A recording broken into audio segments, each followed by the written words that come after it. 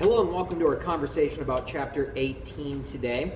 We last left off in Europe. We saw the monarchies pushing for absolutism, right? Everything begins and ends with the crown within that country. But throughout the 18th century, we're going to begin to see that change.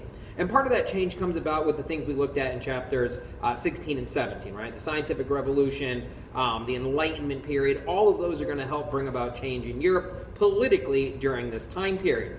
One of the ideas really put forth during the 18th century in Europe is the idea of natural rights, or this idea that there are fundamental privileges that every single human being is born with, right? And the goal of the government is to make sure people have them, right? So again, it's not what can you do for the government, it's what can the government do to you or do for you to make sure that those natural rights continue to exist. But the question then becomes who's going to provide them, or what role does the monarchy play in people exercising these rights? Because again, if you practice your rights in a specific way, that might take away from what the monarchy wants you to do, right? And whose rights supersede the other person's, and that becomes a little complicated in Europe at this time. We also see the economy of Europe beginning to shift from Mediterranean countries, places like Portugal and Spain, to more Atlantic countries. England, the Dutch Republic, which is what we'd call the Netherlands. So again, we see this shift in where the focus of the economy of Europe is going to be strongest. One of the major players we saw in the previous century, though, was France. France is going to start to wane a little bit during this time. They find themselves with a series of very weak rulers, and they really fall behind their counterparts. Some of that's going to be because of losses in war, which we'll get to in a moment. England at this time, again, they're fresh off the Glorious Revolution, which again completely emphasizes or makes sure this is going to be for the foreseeable future a very divided government. The monarchy will have some power, but the parliament will have some power. And again, they're one of the few countries in Europe that has a legitimate parliament speaking up, ideally, for the needs and the wants of the citizens within their country. One of the reasons why the parliament is going to be able to get so well established in England at this time is that the English royal family is going to change. The English branch of the family dies off with no heirs, so the next branch of the royal family actually comes from Germany. They're Hessians. So they come into England, they don't know the customs, they don't even speak the language.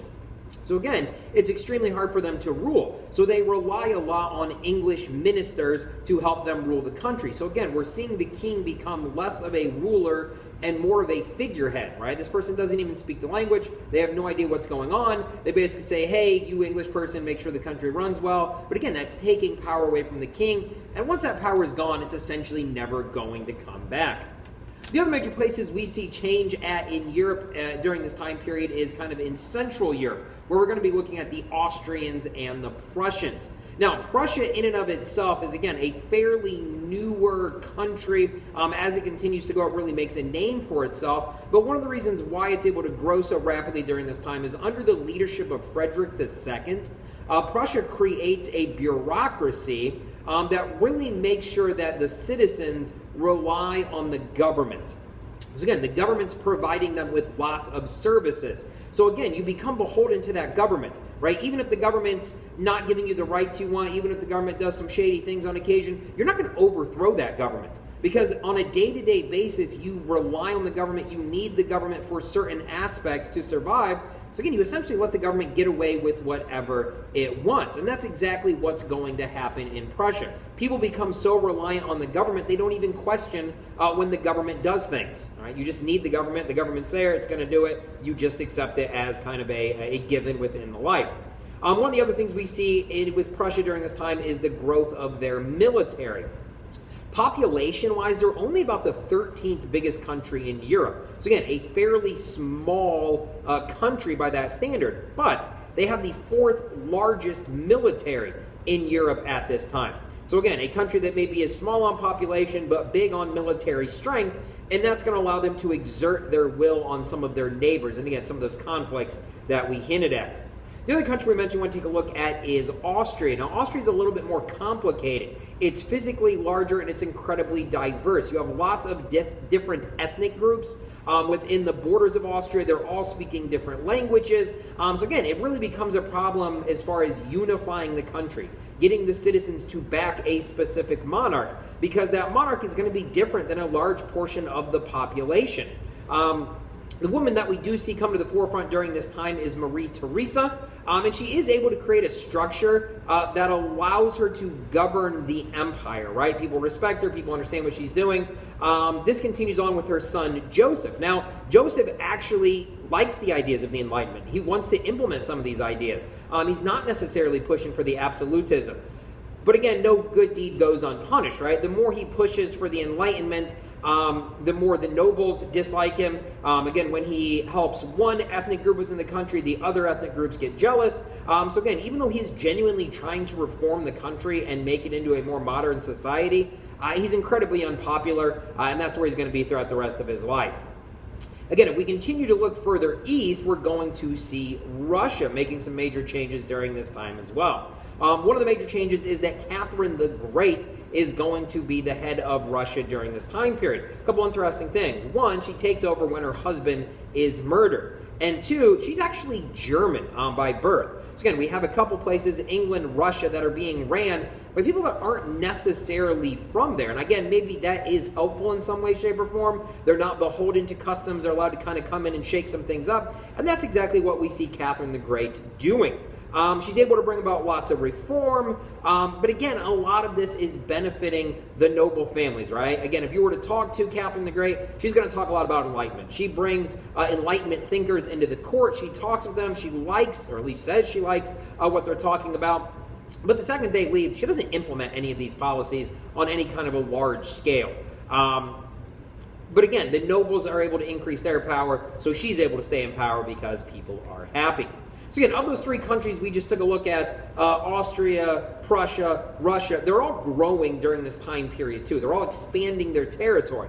Well, if all these countries are expanding, that means other countries must be shrinking. And the country that's really shrinking during this time is going to be Poland.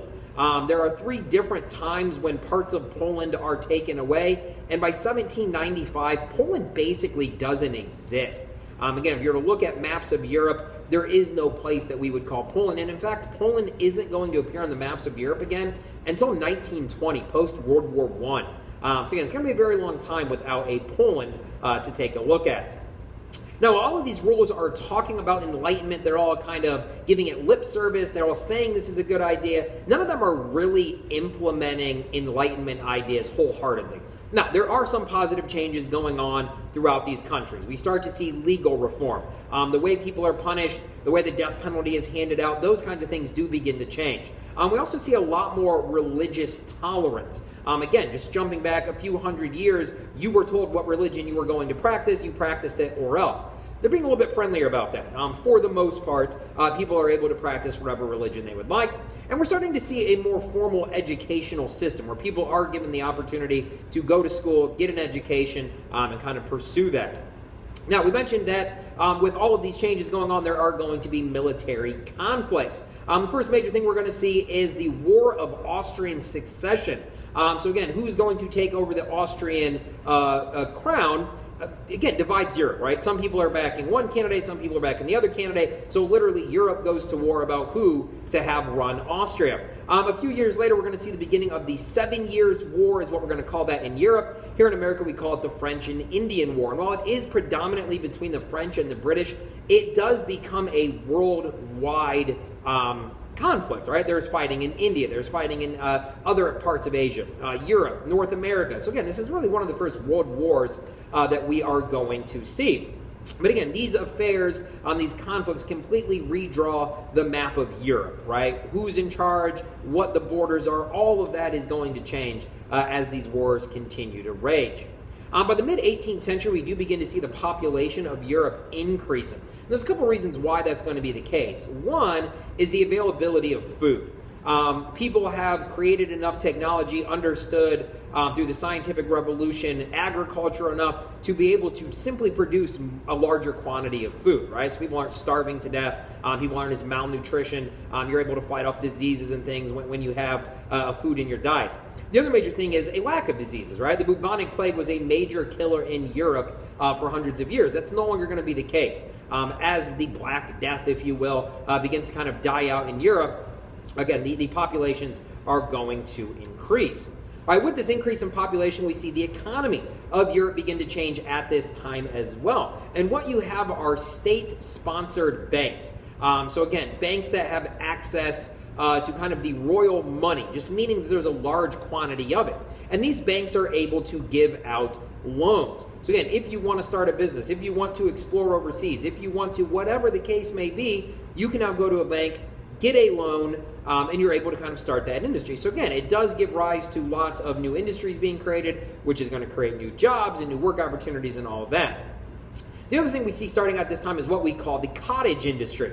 And that's simply because people are making money at home, right? So again, you work your normal job, your 9 to 5, if you will, then you come home, and you have the ability to kind of make some money. You could have a loom in your house, product would get delivered, you would process it, ship it back out. Again, this is kind of like the Uber of their day, right? You work your regular job. If you want to get a little bit of a side hustle going on, you have the ability to make that money.